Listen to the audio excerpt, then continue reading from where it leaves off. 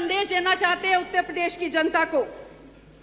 इतना भेदभाव आप स्वयं कहते हैं कि बटोगे तो कटोगे, तो मान्यवर बांट तो आप स्वयं ही रहे हैं ना। महाकुंभ का ये आयोजन खत्म हो चुका है।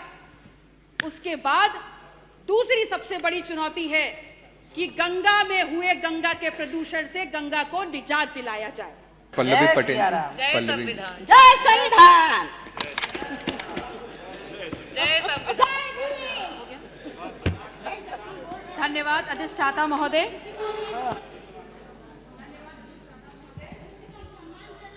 जहां तक इस मेगा बजट का सवाल है और इस मेगा बजट के आकार का सवाल है, तो ये बहुत ही आकर्षक है। निसंदेह इसमें बड़ी बड़ी योजनाओं का उल्लेख है।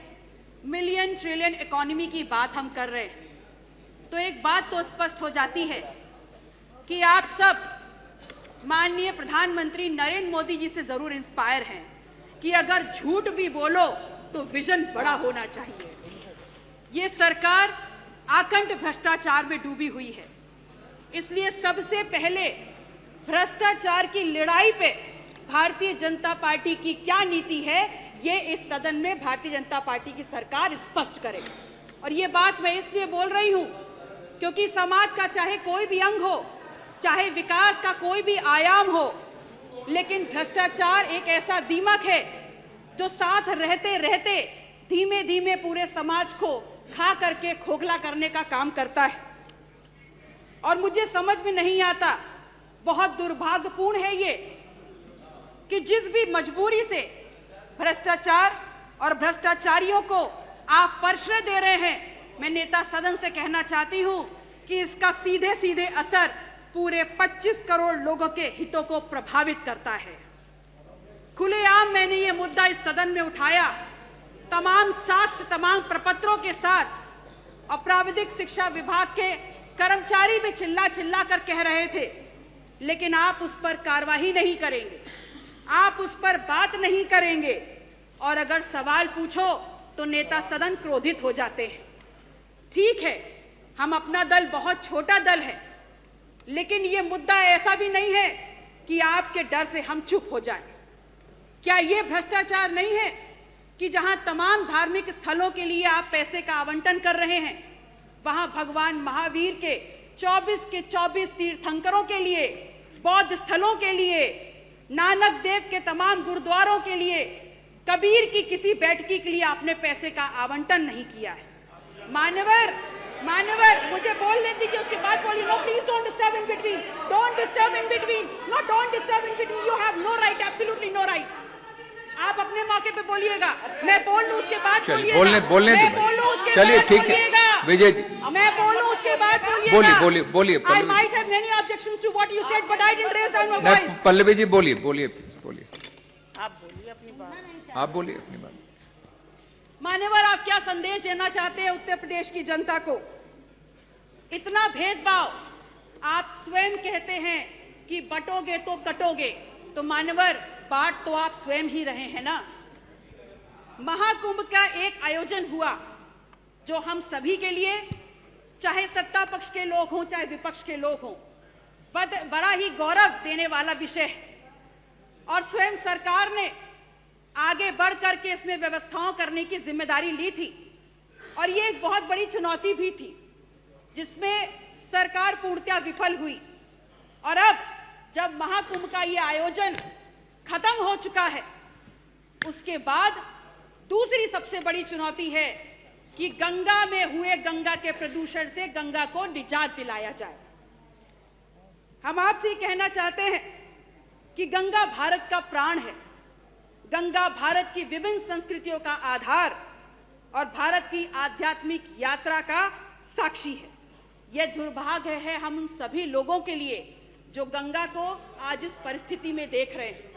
केंद्र सरकार ने नमामि गंगा योजना के माध्यम से गंगा की सफाई के नाम पर अरबों खरबों का बजट आवंटित किया, और जिसमें लूट खसोट भी हुई, लेकिन उसके बाद भी कोई परिवर्तन नहीं आया, बल्कि वो गंगा जो प्राकृतिक अल्केमिस्ट है उसका अनुपात भी बिगाड़ दिया गया। उत्तर प्रदेश सरकार ऐसा ना करे। आप गंगा के प्रति अपनी ईमानदारी दिखाएं और गंगा को वापस गंगा के स्वरूप में लाएं। जो गंगा का जल आचमन के लिए होता है, उस गंगा के जल में आज हाथ डालना भी हानिकारक है। मान्यवर, आप ही बोल लीजिए। बोलिए बोलो बोलिए बोलो आप बोलो। बोलने दीजिए भाई। भारत अर्थात इंडिया एक कृषि प्रधान देश है और महत्वपूर्ण तथ्य यह है मान्यवर कि उत्तर प्रदेश जैसे विशाल और कृषि प्रधान राज्य में जहां जनसंख्या का 2/3 से भी ज्यादा हिस्सा खेती से जुड़ा हुआ है, आज वही किसान परेशान है खाद DAP के लिए, वही परेशान है आज बीज ना मिलने से, आवारा पशुओं के आतंक से परेशान है, तो रात दिन बढ़ते कर्ज से परेशान है, मजबूर है खेती छोड़ने के लिए और अंततः आत्महत्या करने के लिए। मैं पूछती हूं सरकार से, मैं पूछती हूं सत्ता पक्ष से कि क्या संवेदनाएं हैं आपकी, क्या नीति है आपकी किसान और खेत से जुड़े हुए इन खेतों की और खेत से जुड़े हुए इन किसानों की सुरक्षा के प्रति। इस प्रदेश में युवाओं की क्या स्थितियां हैं, क्या परिस्थितियां हैं, ये किसी से छुपी नहीं है। हम ये जानते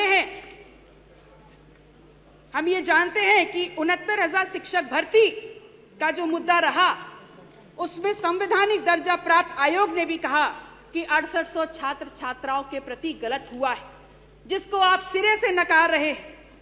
तो फिर एक बात का जवाब दीजिए कि इको गार्डन में जो 6800 बैठे हैं, वो वहां पर क्यों बैठे हैं, इसका जवाब सदन आपसे मांगता है।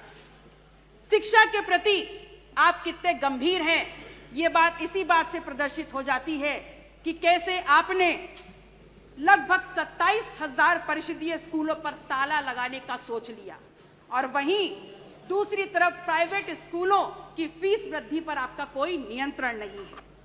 इस प्रदेश का छात्र हो या इस प्रदेश का युवा हो, बहुत बेहतर तरीके से ये समझ चुका है कि सरकार हमारे मुद्दे पे संवेदनहीन है और उदासीन है, क्योंकि अगर यही मुद्दा गुजराती गैंग से जुड़ा हुआ होता तो पूरी की पूरी सरकार शीर्षासन करने लग गई होती। आप कहते हैं कि विपक्ष ने वन डिस्ट्रिक्ट वन माफिया दिया। पल्लवी जी, समय हो जस्ट गया। 30 सेकंड सर। मान्यवर, यह बात भी स्वीकार कर ले कि आज इस वक्त प्रदेश का सबसे बड़ा आर्थिक माफिया आपकी सरकार का हिस्सा है, तो इस पर भी जवाब दे दीजिए।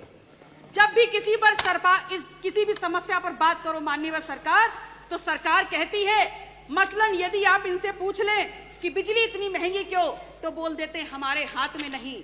आप इनसे बोल दीजिए कि कैंसर रिसर्च इंस्टीट्यूट दे दो, तो बोलते जरूरत नहीं। आप इनसे बोलिए महंगाई बेरोजगारी कहां जा रही है, तो बोलते हैं कांग्रेस समाजवादी पार्टी छोड़ गई। और बाकी किसी और समस्या पे बात करो तो बोल देते हैं नेहरू गांधी माया मुलायम छोड़ गए। मैं आपसे कहती हूं, आज कोई ऐसा वर्ग नहीं है, चाहे गरीब हो, चाहे युवा हो, चाहे अन्नदाता हो, चाहे नारी हो, जो सरकार की नीतियों का विरोध ना कर रही हो, लेकिन आप उस पर गंभीरता से विचार नहीं कर रहे।